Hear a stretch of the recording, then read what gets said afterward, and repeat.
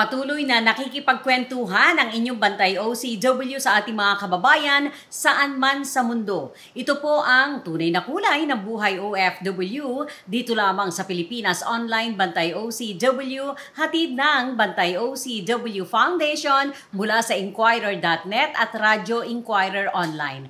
Ako po si Susan K. Bantay OCW, Bantay OCW. OCW, Bantay OCW, yeah, yeah. Kumustahin natin ang ating kabayan mula po sa bahagi ng Europa, mula sa Denmark. Makakasama natin si Ginoong Noe Abogne. Hi Mr. Abogne, kumusta ka? Okay naman po, madam. Magandang bayan o magandang bansa, yung Denmark ha? Paano ka napunta dyan? Galing po ako ng Qatar noon eh. Lumipat po ako dito sa Europe kasi yung nakasama ko po doon si Herminio Candalisa, nandito na po siya, nauna po siya ng isang taon. So nangyari po pinasunod niya ako dito, na-apply niya ako sa agency. Kaso ang dami pong agency na nilipatan kasi hindi naman po lahat ng natatanggap.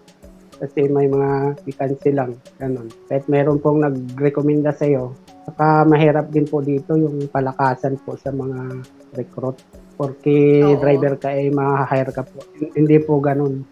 May mga naghahawak din po. Anong taon kayo napunta dyan? 2019 po, madam. 2018 po ako nag-apply. Kaso na-hold po yung mga visa namin nung maraming mga nag-complain na Pilipino dito sa ibang company. Kasi alam mo naman po dito, mga Pinoy gusto nila yung mas mataas na sahod. Hindi nasusunod kasi yung kontrata na pinirmahan. Ang ginagawa po ng iba, lumilipat po. Kaso sa awa naman po ng Diyos, mula ako nakarating dito, hindi naman po ako lumipat kahit mababa lang yung sahod namin. Ibig mo sabihin, sa Qatar, doon ka na-recruit, doon ka na-imbitahan ng kaibigan mo. Umuwi ka pa ba ng Pilipinas o diretso na yung application mo? Umuwi pa po ako, madam, kasi nag-Malaysia pa po ako. Doon po kami nagpatatak ng sa Poland Embassy sa Malaysia. Libre naman po yun ang ticket ng employer ko. Pinadalhan ako ng pangbili ng ticket doon sa agency namin. Tapos punta na kami Malaysia. Pakatatak po ng pagdating po ng visa namin galing Malaysia, okay na po. May working permit na yun. Nag-travel na po ng Europe. Oo, so hindi kayo pala dito nakapag-apply sa Pilipinas niyan. Noong 2019, pumunta pa kayo ng Malaysia, doon kayo nagpatatak ng work visa po, working permit ang binigay sa inyo, hindi naman tourist visa? Hindi po, talaga siya, multiple entry. Ng work visa? Working visa po talaga. Working kasi visa, alright. Po ako talagang OFW na po ako since 2009 sa Saudi po. Pero hindi na pala kayo dumaan ng Pilipinas para dito magpaproseso. Pagdating ng Malaysia, tuloy-tuloy na ba pagkatatak ng visa mo? Diretso ka na? Hindi ka na bumalik ulit ng Pilipinas? Hindi po. Umuwi pa po ako kasi andun pa yung mga papers ko sa agency. Okay. So bumalik ka pa pala. So from the Philippines pa rin yung biyahe ninyo patungo ng Denmark. So noong 2019, Mr. Abogne, dumating ka dyan sa Denmark, hindi ka na nakauwi kasi nag-pandemic na. Nakauwi pa po ako ng 2020, March. Bakasyon po sana ako noon. Kaso, hindi po ako nakabalik kasi ang gusto ko sana noon na hindi na talaga babalik dito sa company kasi mababa nga rin ko yung sahod. Ang problema nagka-COVID po. Hindi ko ini-expect na pag-uwi ko po may COVID. Oo. Kaya hindi po ako naka-apply kaagad noon. Nag-waiting po ako dyan sa Pilipinas almost 1 year ulit. 2021 po. Bumalik po ulit ako dito. Dito ka pala sa Pilipinas inabot ng pandemic. Opo, kasi nag-resign po ako dito ng 2020. Kasi gusto ko pong lumipat ng ibang company. So mula po noong 2021, hindi pa kayo nakakauwi? Umuwi po ako kasi yearly naman po dito na uwi, madam. Ay, galing naman. Umuwi po ako ng 2022 po, nung last year lang. Pero magka-problema po kasi ang daming hinihinging yung mga requirements sa COVID. Bali po naiwan po ako ng aeroplano sa airport. Naku. Kasi Saan? Saang airport? Hindi po ako sa Warsaw, sa Poland. Doon po kami naka-residence, madam. Doon po yung HR Oo. ng company namin. Bali dito po sa Denmark, yung garahe lang. Oh, so anong nangyari sa'yo sa Poland? Naiwan po ako doon, tapos tinawagan ko si madam sa Poland. Sabi ko, ma'am, hindi ako nakasama sa flight. Sabi niya, bakit? Diba, may ticket ka na. May kulang daw po akong documents, yung anong tawag doon, One Health Pass. Naka-fill up pa naman ako. Ang problema po hindi na umabot sa oras. Kasi Okay. paalis ng eroplano, nasa labas pa ako. And bale, nagpa-rebook po sana. Ang problema wala na akong pambayad. Pinababayad po ako ng 932 zloty, Polish money. Wala na po laman yung ATM ko Kaya sabi ni ma'am, anong decision mo? Kung ipare-rebook natin yan, 2 months pa yung bali, dyan, hantayin mo. Sabi ko, sige ma'am, sabi niya, back to work ka na lang muna. Balik ka sa Denmark. Yes ma'am, sabi ko, balik po ako. After 2 months, nantay ko po ulit, trabaho ulit muna ako. After 2 months po, bumalik na naman yung, yung ticket, okay na rebook na po. Umuwi na po ako. Yun, natuloy naman po. Ang problema na naman, yung pagbalik ko na ng 2022, bali naiwan na naman po ako dyan sa Pilipinas, sa airport. Ano ba yan? Palagi ka naiiwan. Yung oras po kasi ma'am yung oras ng departure, nakalimutan ko po. Akala ko noon kasi November 2 November 2, ang akala ko po yung departure ko alas 12 ng tanghali, PM. 12:05. Yun pala, 12:05 a.m. Ano po yun, All Saints Day, holiday. Ang hirap po sumakay ng ganong araw. Teka lang, saan ka nga ba nanggaling? Sa probinsya pa ba nung papunta ka na ng airport? Bulacan, ma'am. Sa Bulacan lang. Okay. So, hindi naman ganun kalayuan. Yun nga lang, nagkamali ka ng tingin. Madaling araw pala at hindi tanghali. Mali. Yes, ma'am. Mali.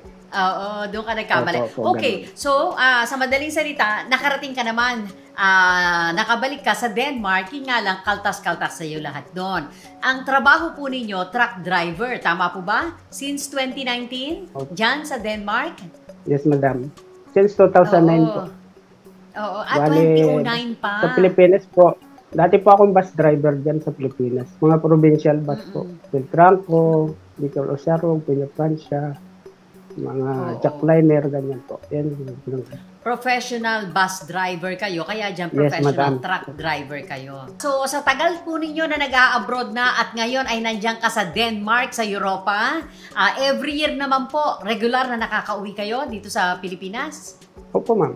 Okay naman po yung employer ko dito. Salamat naman po at nakakapanood pala kayo ng Bantay OCW program.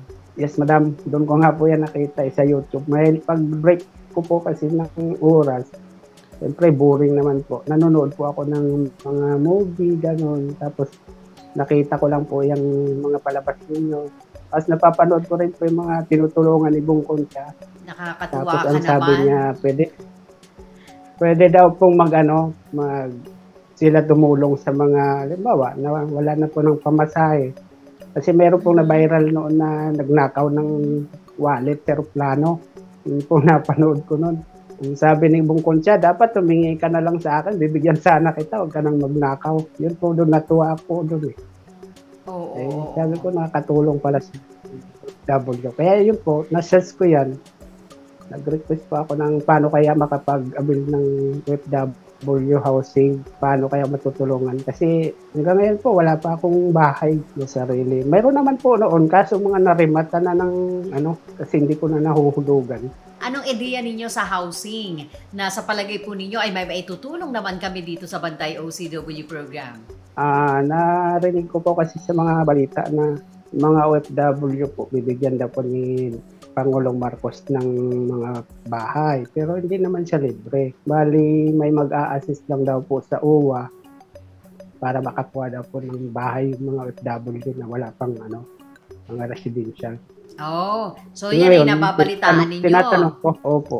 Sige po, kung yan naman po ang nais ninyong ilapit sa amin, di ilalapit namin kayo kay OWA Administrator Arnel Ignacio. At syempre, sa ilalim ng Department of Migrant Workers naman, na sa ngayon ay nasa ilalim naman ng pamamahala ni Acting Secretary Hans Kakdak. Hayaan po ninyo, sisikapin namin na babalikan kayo, Mr. Abogne, para po dito sa inyong concern. Ilan po ba ang, may pamilya na? May mga anak na? Bali, yung una ko pong asawa, wala na po kami. Pero may anak po akong 3 doon. Yung nga po yung hinahanap po kung nasa na sila. Kasi matagal na po kami din nagkita. Tapos nung nag-asawa po ulit ako, ganun din po nangyari. Bali, sumama din sa ibang lalaki.